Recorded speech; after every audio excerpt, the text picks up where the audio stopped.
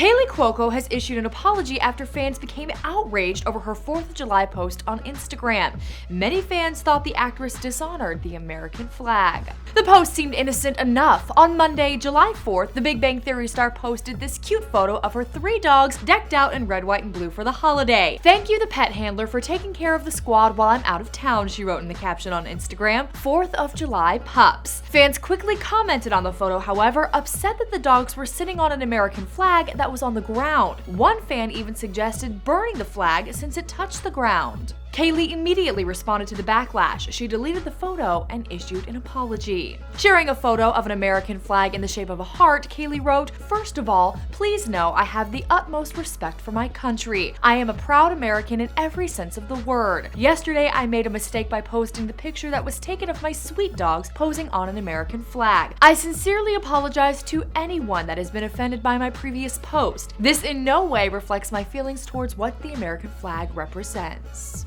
Keep it right here for all the latest entertainment news.